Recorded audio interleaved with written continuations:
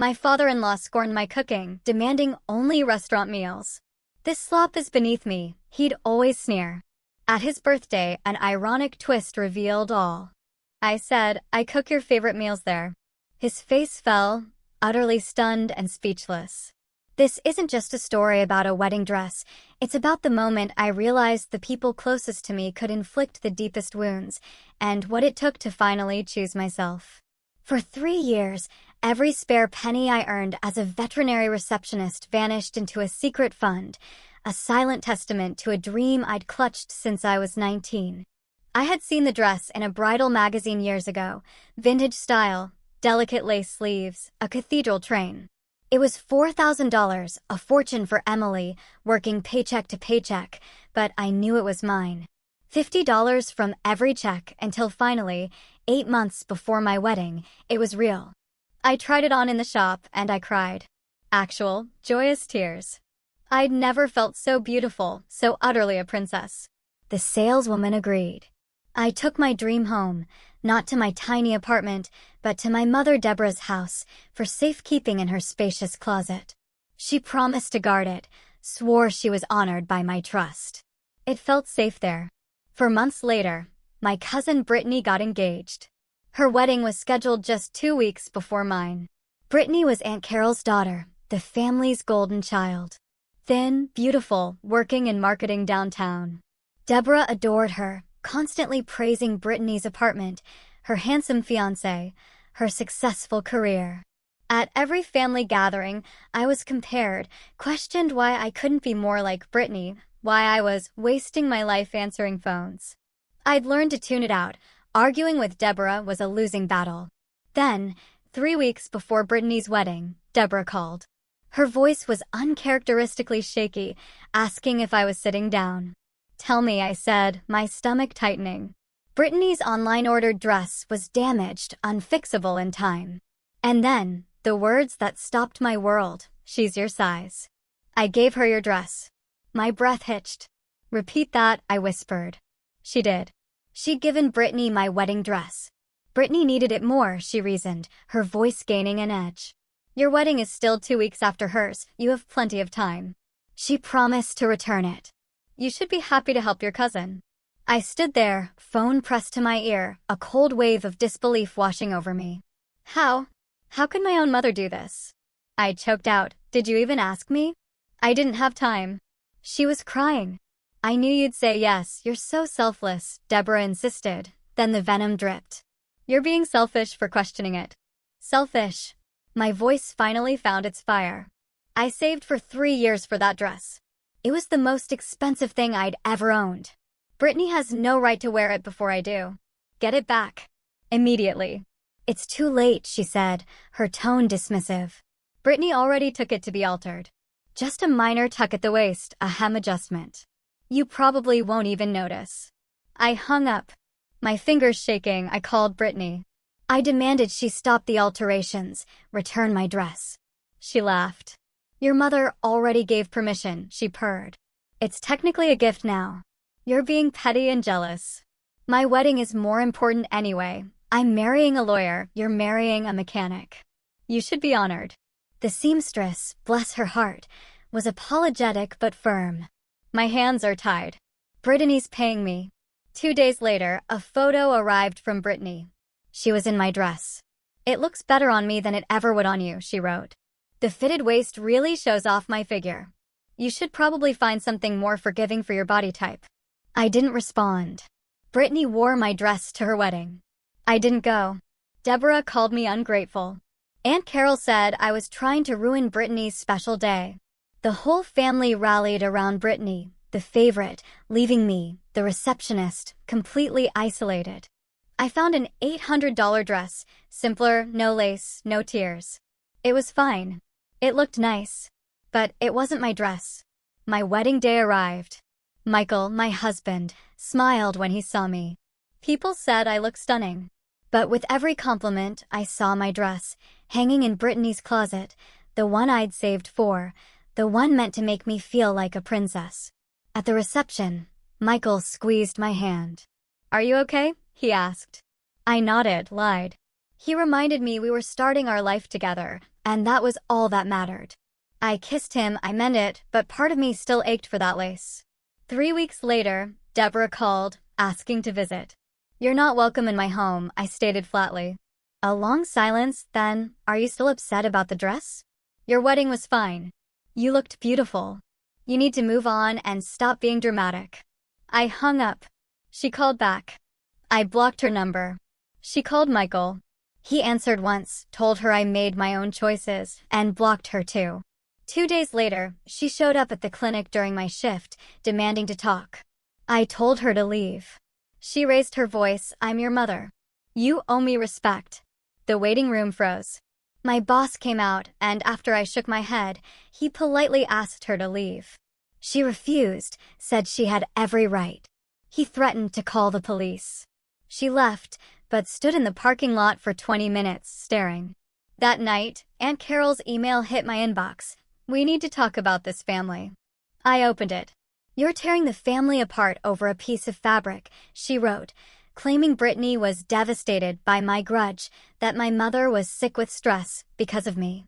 The final jab, a photo of Brittany, radiant, smiling in my dress, the fitted waist showing off her figure. I stared at it, then closed the email and deleted it. The next day, hiding in the break room, tears streamed down my face. My coworker, Chloe, found me. She waited patiently as I poured out 3 years of savings, my mother's betrayal, Brittany's cruelty, the email. Chloe was shocked. "My own sister would never," she said. "Neither would my dad, Robert. What your mother did was wrong and cruel."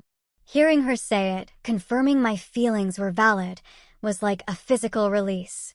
I wasn't being dramatic. A few days later, Chloe invited Michael and me to dinner at Robert's. It was casual, relaxed. Robert, a kind man with a big hug, made us feel instantly welcome. Chloe's sister, Sarah, was equally warm. No one compared me to anyone.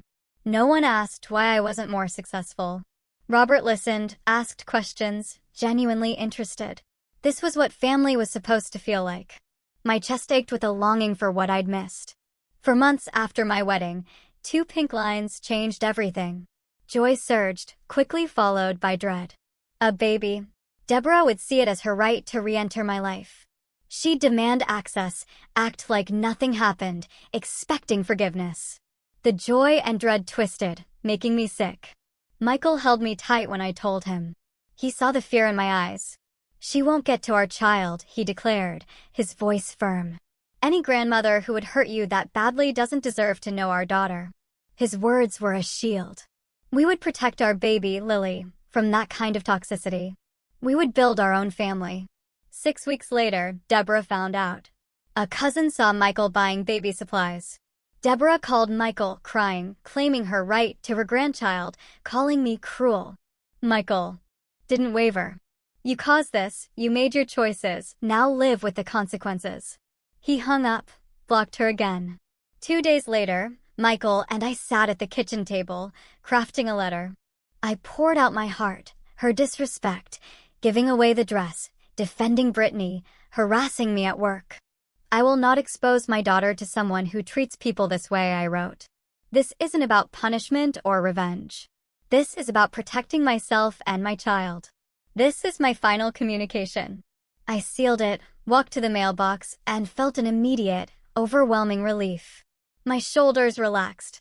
My jaw unclenched. I was lighter. The feeling screamed, right choice. 3 days later, Aunt Carol called Michael again. On speaker, her voice filled our kitchen with drama. Deborah was heartbroken, blood pressure up, stress making her sick. "All my fault. Family is supposed to stick together," she wailed. "Your mother made one mistake." Michael interrupted, calm but firm. "No, she made choices, and she never apologized.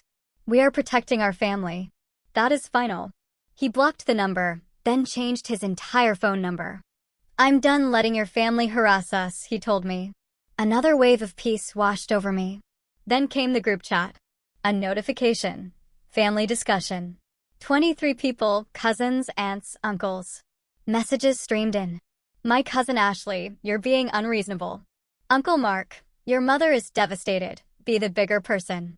"Aunt Carol, Deborah's having health problems because of the stress you're causing. It's just a dress, so petty. Family is more important than material things. They talked about me, not to me. Someone had accidentally added me. I scrolled through dozens of messages, my hands shaking. Every single person thought I was wrong. Nobody mentioned what Deborah did. Nobody cared about the 3 years I saved, or Brittany's cruel words. They only cared about keeping the peace, about Deborah's feelings. But beneath the anger, a new strength bloomed. Seeing their words in black and white, their absolute dismissal of my pain, confirmed everything.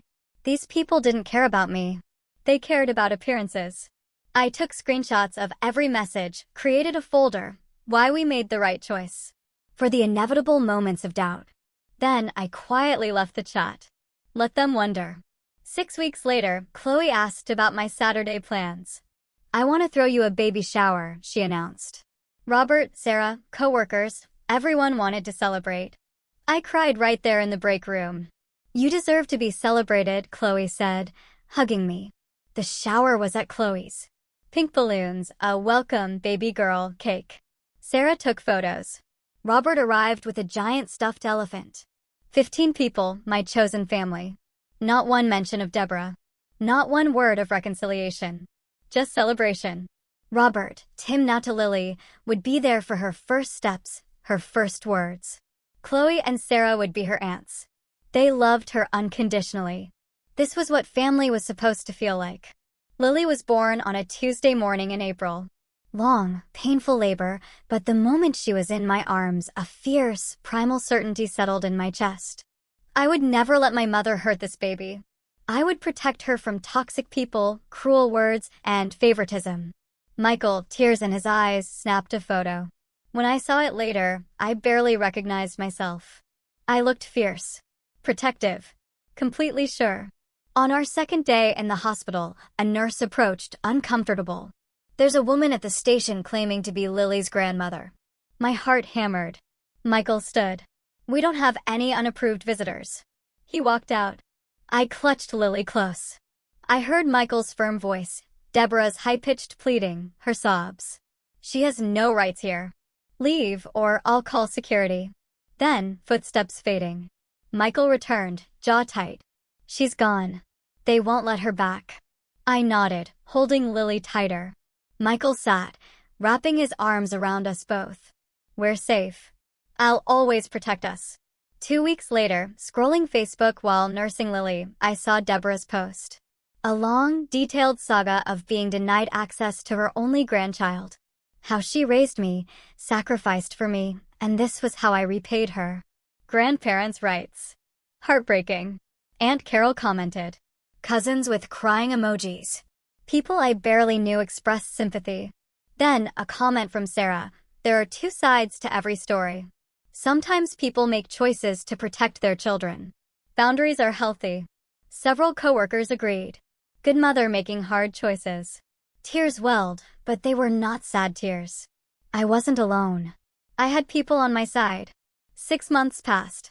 Lily grew. Life felt full. Then, Chloe called, hesitant. I heard. Brittany's husband moved out. They're separating. He'd been unhappy for a long time, but Brittany never saw it coming. A strange satisfaction, grim and undeniable, spread through me. Brittany's perfect life wasn't so perfect. I knew I shouldn't feel happy about someone else's pain, but I did. She'd mocked me, worn my dress, acted superior. Now, her life was crumbling. I hadn't caused it, but I wasn't sorry. A month later, a card arrived. Deborah's handwriting. I almost threw it away, but opened it. Flowers on the front. Inside, she wrote about her high blood pressure, how her doctor said stress was making it worse. She was on medication. I hope you're happy, she wrote. The message was clear. She was sick, and it was my fault. I was supposed to feel guilty. I stood in my kitchen, read it thrice, then tossed it in the trash. I didn't respond. I didn't feel guilty. She made her choices. I made mine. That night, Michael and I drafted a final email. My mother chose to give away my dress, to defend Brittany, to harass me, to play the victim on Facebook. She never apologized. These choices show me who you are, I wrote. I am not punishing you. I am protecting myself and my daughter. Healthy relationships require respect, and you do not respect me. This is my final communication. I am done. We sent it. The relief was immense. Chloe started coming over every Sunday, bringing groceries, holding Lily. Sarah took photos. Robert fixed our leaky faucet, played peekaboo with Lily, becoming her grandpa in every way that mattered. Chloe and Sarah became her aunts. They loved her without conditions. Lily grew up surrounded by chosen family. For Lily's second birthday, we had a small party. Robert arrived with a giant stuffed elephant. Chloe brought cupcakes. Sarah captured photos of Lily blowing out candles. I looked around. Not one person was related by blood. They were there because they wanted to be. They loved Lily for who she was, not out of obligation. I didn't think about my mother once.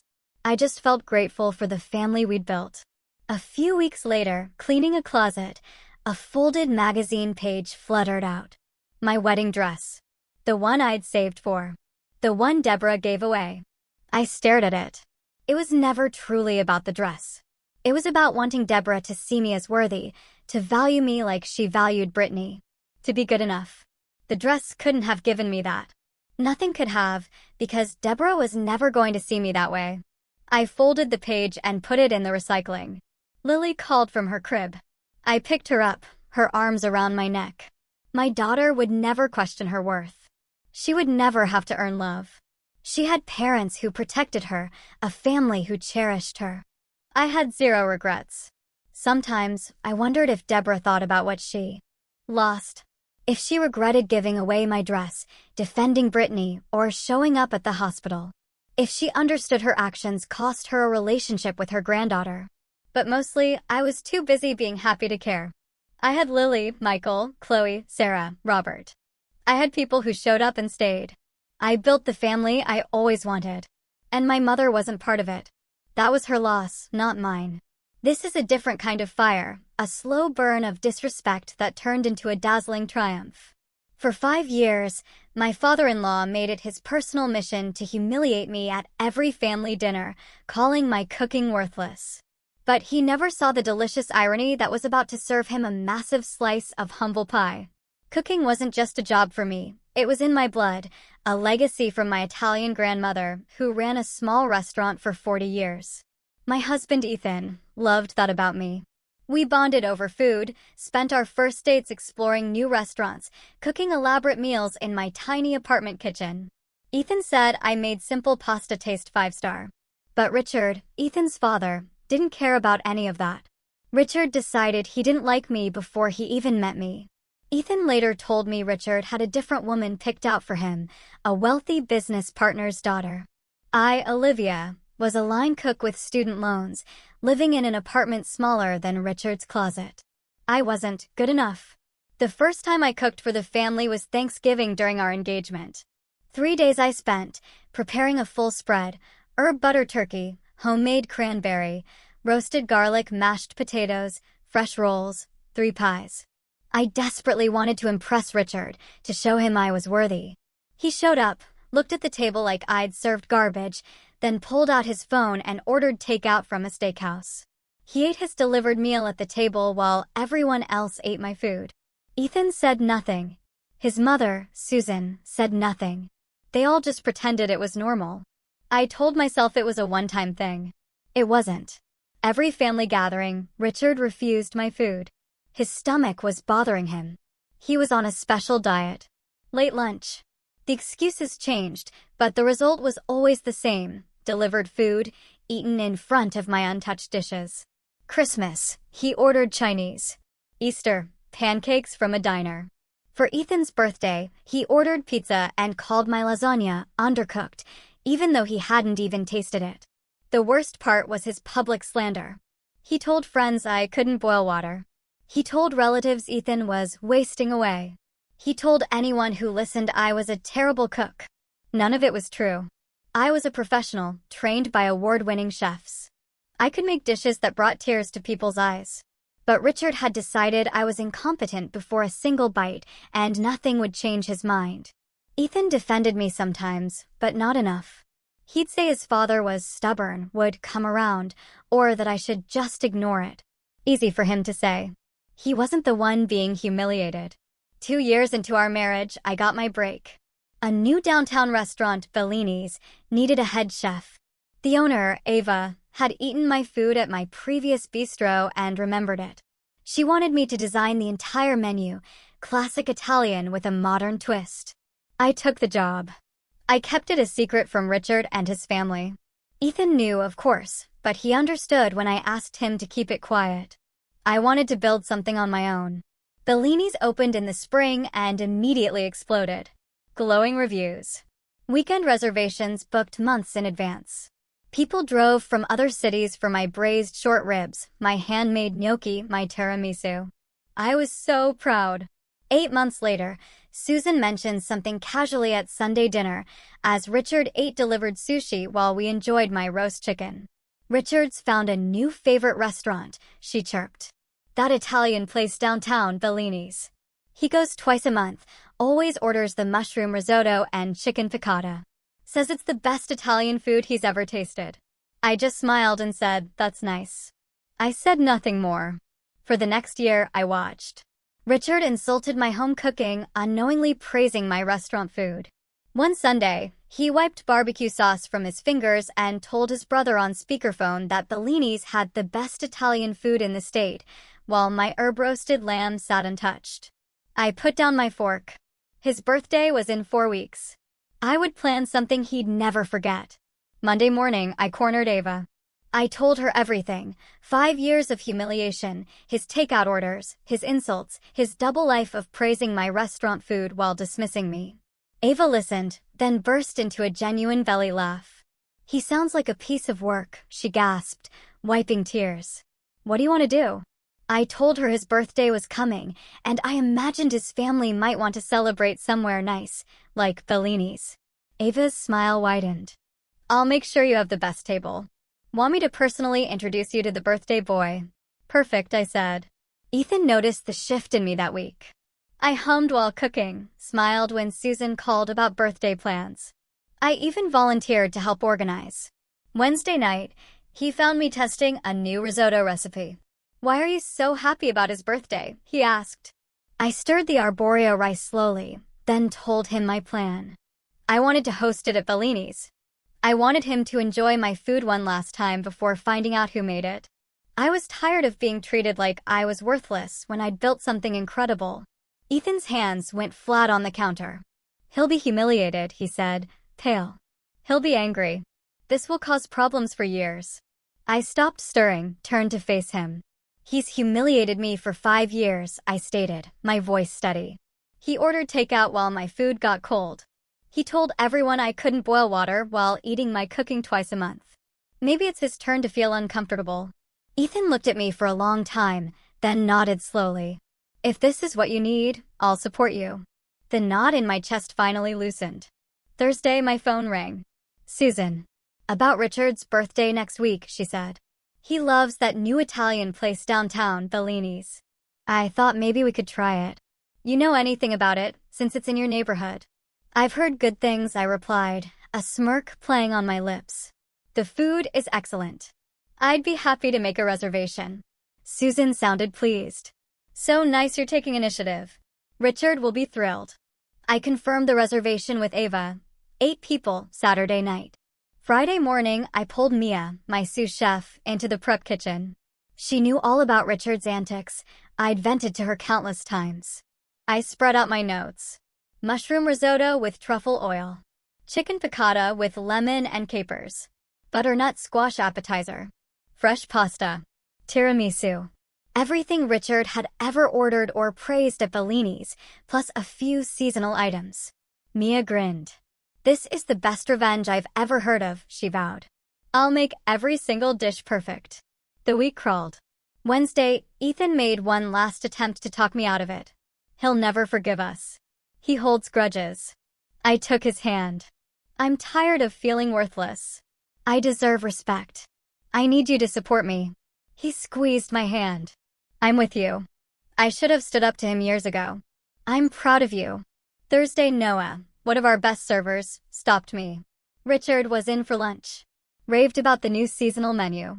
Ordered the butternut squash appetizer, told his associates it was the best thing he'd eaten all month.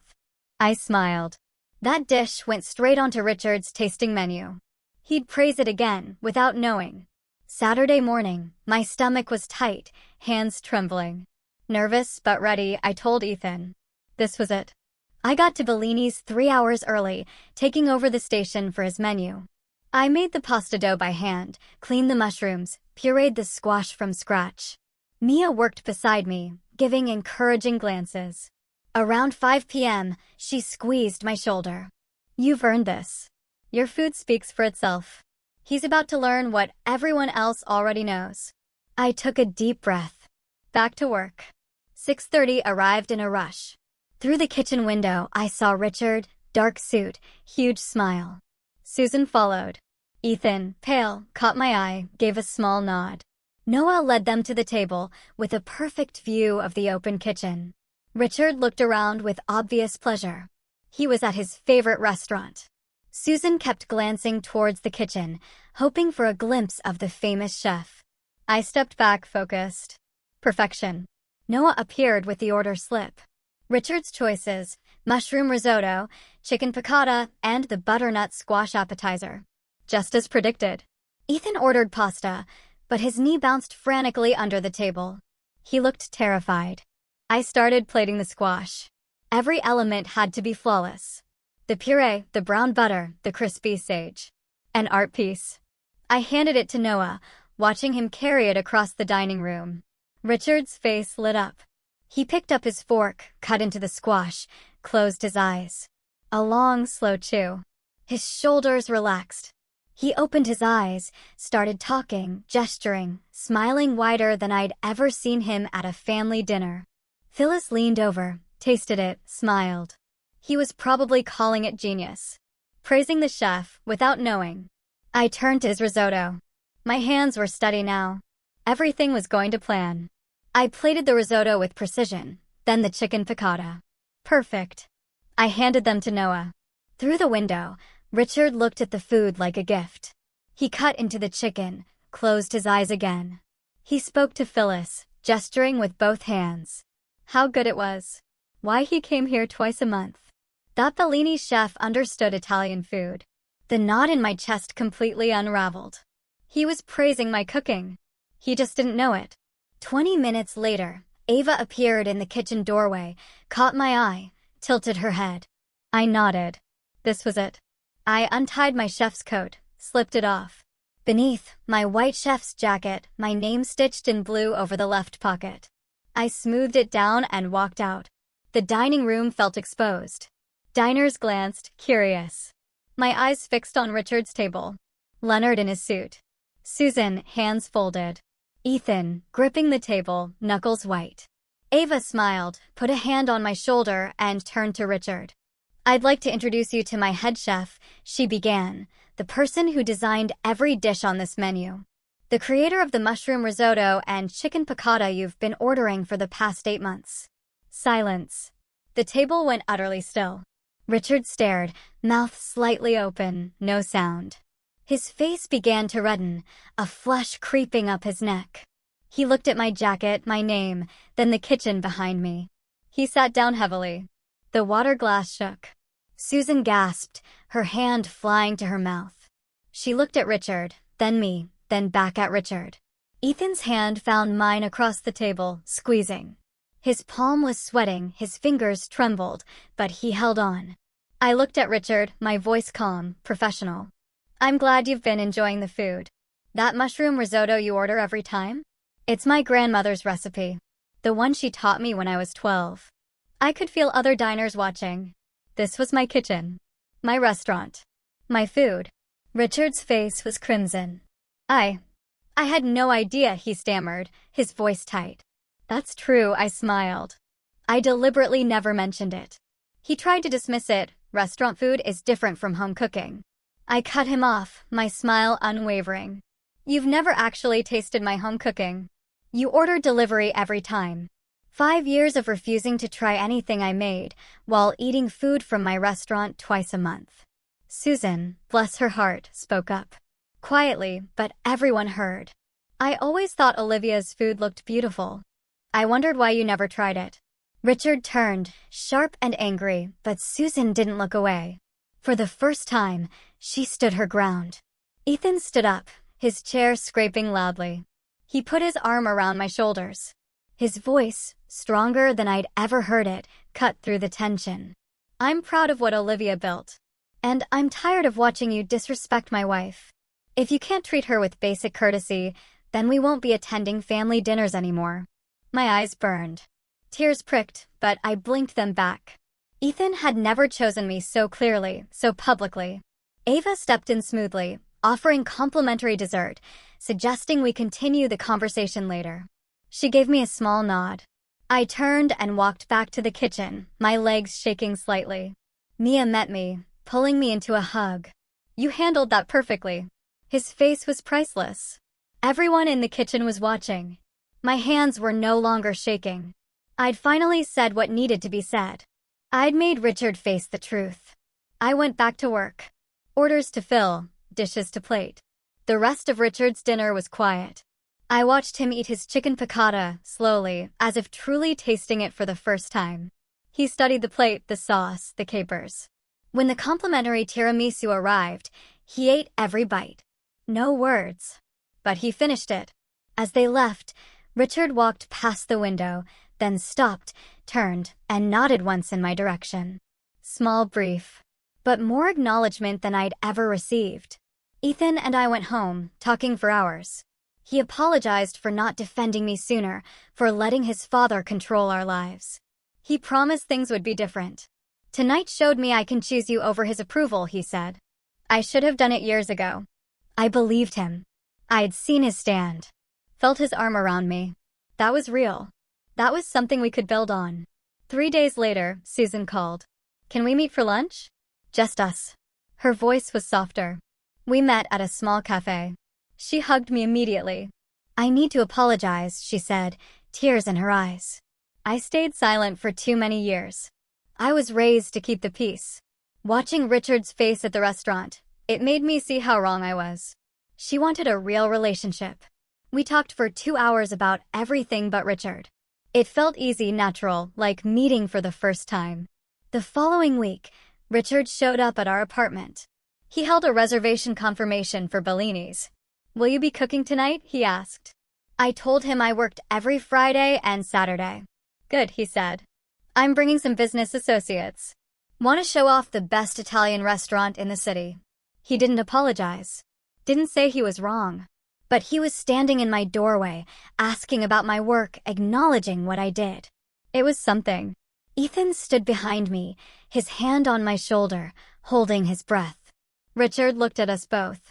See you at Sunday dinner, he said, turning to leave before we could respond. Sunday dinner was at Richard and Susan's. I made lasagna, the same lasagna Richard had called undercooked 3 years ago. The same one he refused to taste. I layered it my grandmother's way. When we arrived, Richard was setting the table. He took the lasagna from my hands, carried it himself. We sat. He served himself a large portion. He cut into it. He took a bite. Chewed slowly. Another bite. Another. He didn't say it was good. No compliments. But he ate 3 full servings. When Susan asked if there was any left, he said she should get the recipe. Susan smiled at me. I'm sure Olivia would be happy to teach me. Richard kept eating. Things aren't perfect now. Richard still struggles with admitting he was wrong. He doesn't apologize for the years of insults. He doesn't talk about his birthday dinner. But he treats me with basic respect. He eats the food I cook at family dinners. He brings clients to Bellini's twice a month, telling them his daughter-in-law is the chef.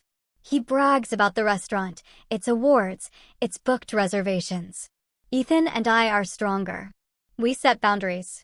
We don't accept hurtful behavior just to keep the peace. We choose each other first. Every time I put on my chef's whites, every time I walk into my kitchen at Bellini's, every time I plate a dish I designed, I feel immense pride. I earned my success.